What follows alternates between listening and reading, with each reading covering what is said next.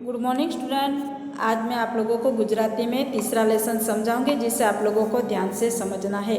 तीसरा लेसन है हमारा प्रयाण। प्रयाण का मतलब होता है प्रस्थान करना, एक जगह से दूसरी जगह पर जाना।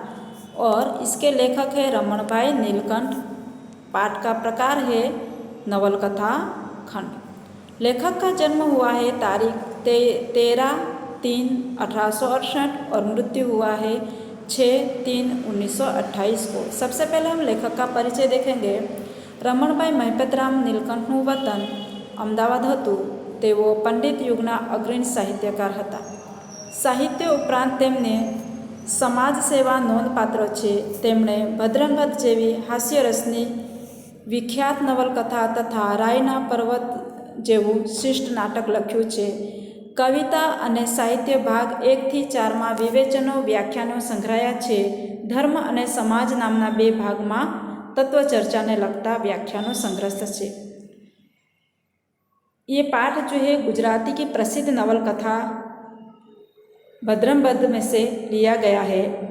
इस पाठ में भद्रंबद और अंबाराम के बीच में जो संवाद होते हैं और संवाद करते समय जो घटना घटित होती है वो इसमें लिया गया है।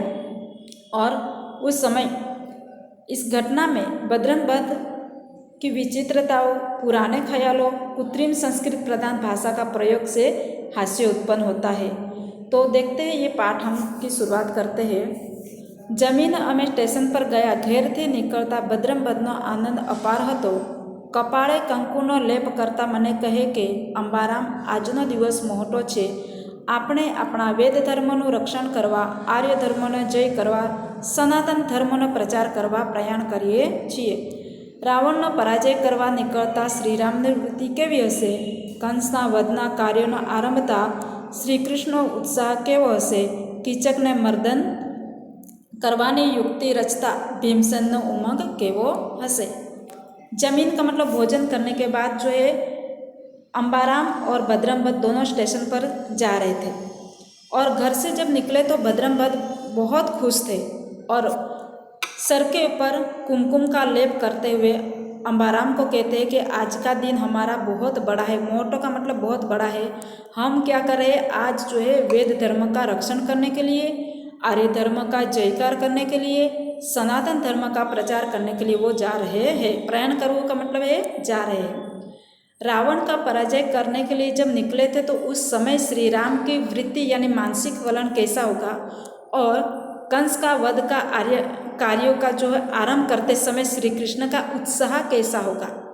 कीचक का मर्दन करने के लिए जो युक्ति रची थी उस समय भीमसेन का जो उमंग कैसा होगा वो उनके बारे में याद कर रहे हैं।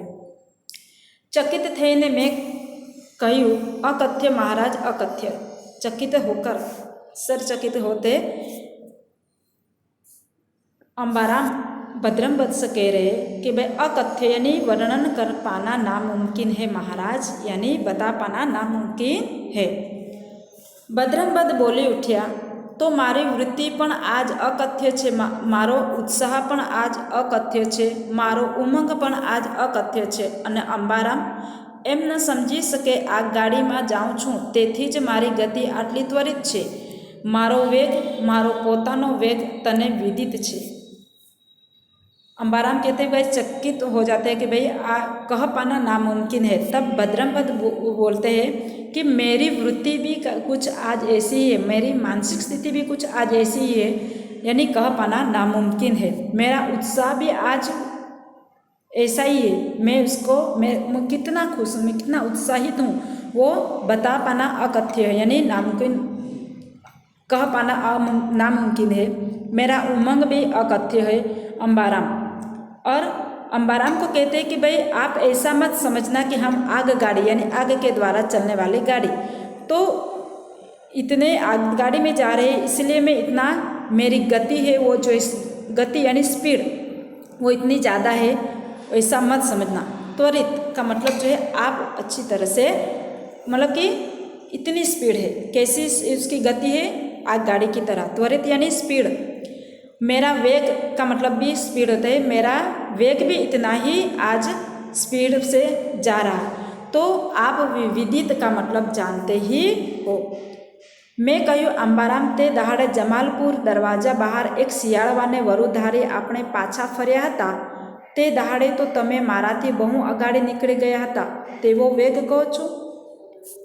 बजरंगबद को अंबाराम कहते हैं कि महाराज, उस दिन अहमदाबाद में आया हुआ जो जमालपुर दरवाज़ा है, तो जमालपुर दरवाजे के बाहर जो सियाड़वा को वरु सोच के हम भागे थे, तो उस दिन जो है आपने क्या है मेरे से आगे भाग रहे थे, तो इतनी स्पीड की बात कर रहे हो क्या? ऐसे सवाल कर रहे कौन? अंबाराम बजरंगबद को.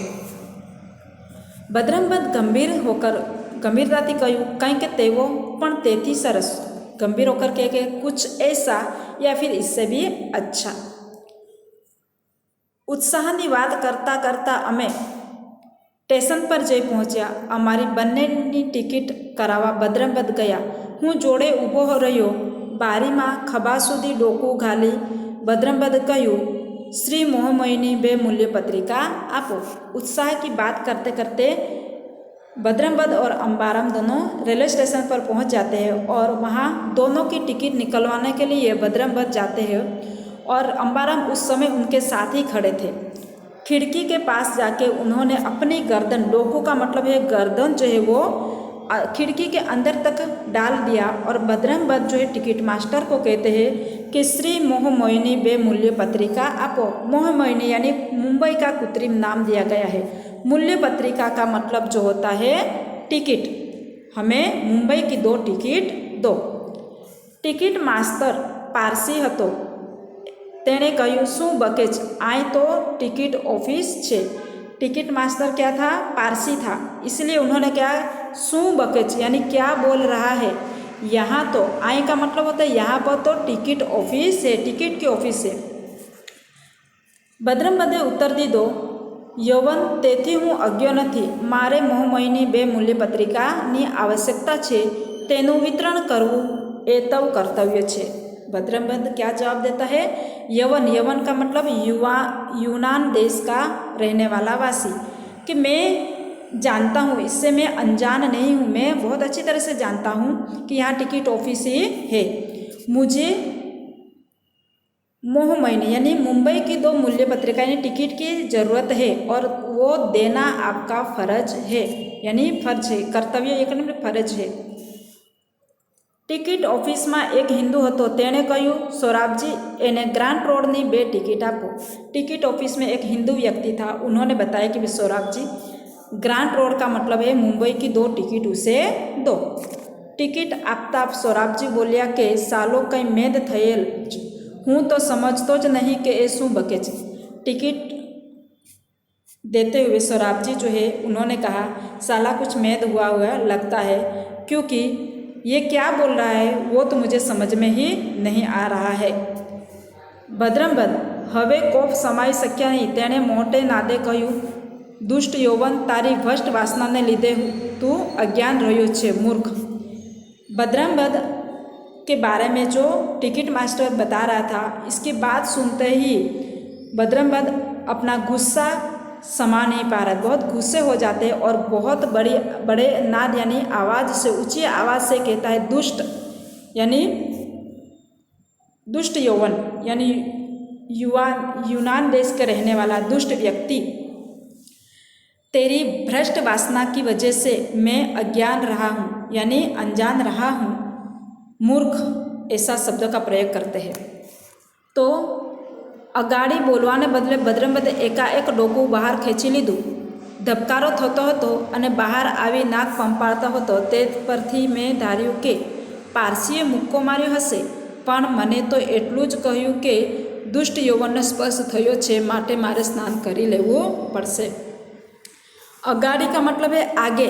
कुछ बोलने के बदले बजरंगबद ने जो टिकट बारी के अंदर अपना सर रख दिया था उसको बाहर निकाल लिया, अचानक बाहर खींच लिया और उसके जो है धबकारा थयो હતો यानी वो जो श्वासें फूल गई थी और इसकी वजह से उन्होंने बाहर जब अपनी गर्दन बाहर निकाली तब नाक को पंपाड़वों का मतलब सहला रहा था और इसके ऊपर से अंबाराम ने सोचा कि पारसी युवक ने उसे मुक्का मारा होगा और जब अम्बाराम ने भद्रमपद को पूछा तो उस समय उन्होंने कहा कि भाई दुष्ट यौवन जो है उसका स्पर्श हो गया है, इसीलिए मुझे स्नान करना पड़ेगा।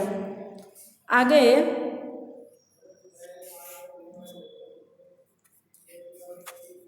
સ્નાન કરી રહ્યા પછી એ આગગાડીમાં જઈ બેઠા।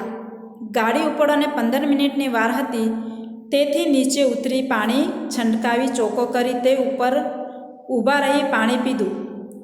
ગાડી ઉપડવાની તૈયારી થઈ તેવામાં બે આદમી દોડતા રઘવાયા, यानी ये नेक्स्ट जो है आगे जो है रघवाया थयेला आवी बारणું ખેંચી બૂમ પાડવા લાગ્યા કે मास्तर आ तो बंद छे, बारणું उगाड़ो। यानी उस समय स्नान करने के बाद जो आगगाड़ी यानी के ऊपर बैठने के लिए जा रहे थे। गाड़ी अभी जाने की प्लेटफॉर्म पर खड़ी थी, 15 मिनट की देर थी और उस समय उन्होंने नीचे उतर के पानी का छिड़काव किया, चौकोर गोल राउंड के ऊपर खड़े होकर उन्होंने पानी पी लिया और गाड़ी अभी निकलने की तैयारी थी। और ऐसे में दो व्यक्ति आदमी जो होते वो दौड़ते दौड़ते आए। रघवाया का मतलब जो होता है घबराते हुए वो आते हैं, बहुत जल्दबाजी में आते हैं और कहते हैं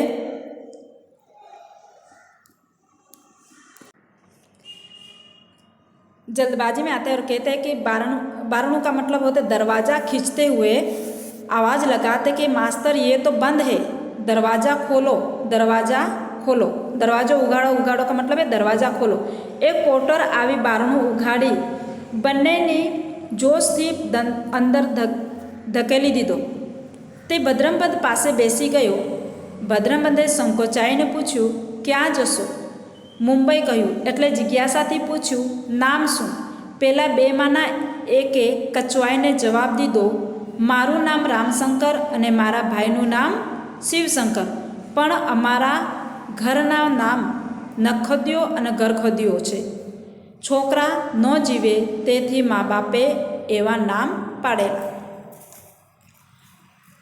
दरवाज़ा जो है मतलब कि खोलने के लिए आवाज़ दे रहे थे और दरवाज़ा खोलने के लिए आवाज़ दे रहे हैं। उस समय एक पोर्टर आता है और उन्होंने दरवाज़ा खोल के उससे ज़ोर से धक्का मारा और उनको अंदर ट्रेन के अंदर बैठ गए। भद्रमपद के पास जाके बैठ गए और उस समय भद्रमपद जो संकुचित मन से पूछ रहे हैं कहाँ जा रहे हैं, तो उन्होंने कहा कि भाई मैं मुंबई जा रहा। जिज्ञासा से पूछा कि भाई तो आप लोगों के नाम क्या है? दोनों में से एक ने संकुचित मन से बताए या ना बताए, ऐसे संकुचित माइंड से उसने बताया मेरा नाम रामशंकर है और मेरे भाई का नाम शिवशंकर है, लेकिन हमारे घर के नाम क्या है? नखोद्यो और गरखोद्यो। क्यों? इसके पीछे का कारण बताते हैं कि हमारे माँ बाप ने बच्चे नहीं जी रहे थे, इसीलिए ऐसे नाम रखे थे। एक उतारू बोलियो के वहम इम काई सोकरा जीवे से, ये तो क्या है? वहम यानी अंधश्रद्धा है। ऐसे करने से कोई बच्चे थोड़ी ना जीते हैं। सोकरा मतलब बच्चे थोड़ी ना जीते हैं। बीजो उतारू बोली उठ्यो, अमारा गामना शंभू पुराणीनो भाणेज वल्भो मुंबई जई अंग्रेजी भणी આવ્યો છે। તે તો કહે છે કે એ તો સુધારાવાળોએ અંગ્રેજ લોકોની દેખાદેખી શાસ્ત્રો જોયા વિના વહેમ કરી કહાડ્યું છે। શાસ્ત્રોમાં તો લખ્યું છે કે આપણા શરીરમાં નાસકમાં કોઠડા મળે છે, તેના જેવા કોઠા છે, તેમાં વચ્ચે કમરક જેવી દાબડી છે, તેમાં પ્રાણવાયુ ભરેલો છે। આવા હલકા નામ બોલીએ ત્યારે કમરક આસપાસ કોઠામાંથી પિત્ત નીકળે એટલે આયુષ્ય વધે। કમરકમાંથી પ્રાણવાયુની ધાર છૂટે તે જીભને વળગી બહાર ઝરે, તેની જોડે પેલું પિત્ત છૂટતું જાય, તેનું જોર નરમ પડે એટલે આયુષ્ય વધે। તેથી એ કાંઈ વહેમ નથી, ખરી વાત છે, ઘણાએ અજમાવી જોયેલું છે। दूसरा उतारू यानी दूसरा मुसाफिर था, उन्होंने कहा कि भाई हमारे गांव में शंभू पुराणी जो है उसके भाणेजे वल्भो जो है वो कहाँ गए थे? मुंबई जाके अंग्रेजी पढ़ के आया है। उन्होंने कहा कि जो सुधारा वाला यानी जो धीरे धीरे समय के अनुसार चेंज करते जाते हैं, उन्होंने अंग्रेज लोगों ने देखा देखी शास्त्र में बिना कुछ कहे वहम वहम करके लिखवा दिया। लेकिन शास्त्रों में ऐसा लिखा है कि हमारे शरीर में नासक नाम का जो एक कोठड़ो यानी एक कोठी है, यानी बॉक्स वाला, कोठड़ो का मतलब एक बॉक्स वाला जो होता है वो डब्बा है। तो क्या है, उसके कोठे के बीच में एक कमरख जैसी, कमरख एक फल है, खट्टा फल उसका नाम है। तो दाबड़ी यानी डब्बा है, उसके अंदर प्राणवायु भरा हुआ है। और ऐसे हल्के नाम हम बोलते हैं तो कमरख जैसा जो खट्टा फल है उसमें आसपास जो है कोठे के अंदर क्या है, पित्त भरा हुआ रहता है, वो निकलता है और हमारा आयुष्य ऐसे बढ़ता है। कमरख वायु में से क्या है, कमरख के फल से क्या है, प्राण वायु से जो धार छूटती है वो जीभ के द्वारा जो है हमारे बाहर निकल जाती है, यानी लार रस से बाहर निकल जाती है। और उसके द्वारा जो है हमारे शरीर के अंदर जो है पित्त होता है वो भी छूटता जाता है। और ऐसे करके क्या है, हमारा आयुष्य वो जो है उसका जोर जो होता है पित्त का वो नरम पड़ जाता है और हमारा आयुष्य बढ़ता है। तो वो क्या अंधश्रद्धा नहीं है, सही बात है। कुछ लोगों ने ऐसा प्रयोग जो है वो आजमा के भी देखा है। तो ये पाठ हमारा यहाँ ख़त्म होता है। ये वीडियो को आप लोगों को ध्यान से समझना है और देखना है।